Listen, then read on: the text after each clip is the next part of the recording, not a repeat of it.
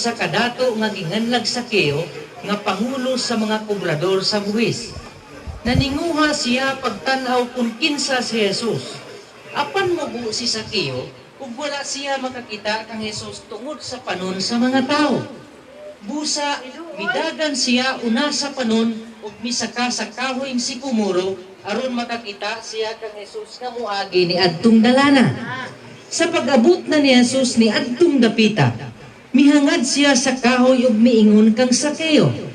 Kanaog dayon Sakeo, kay adto ako moabot sa imong balay karong adlaw. Midali pagkanaog si Sakeo ug sa dakong kalipay midawat kang Jesus. Ang tanan nga nakakita niini nagbagulbol. Kining tawhana na bisita sa balay sa usa ka makasasala.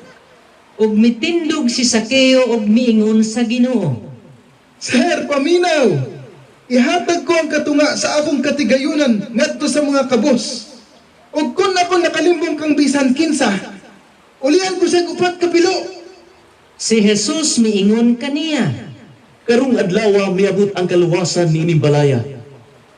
Kay kining tawhana kaliwat usab ni Abraham. Kay mianhi ang anak sa tao aron pagpangita o pagluwas sa nawala.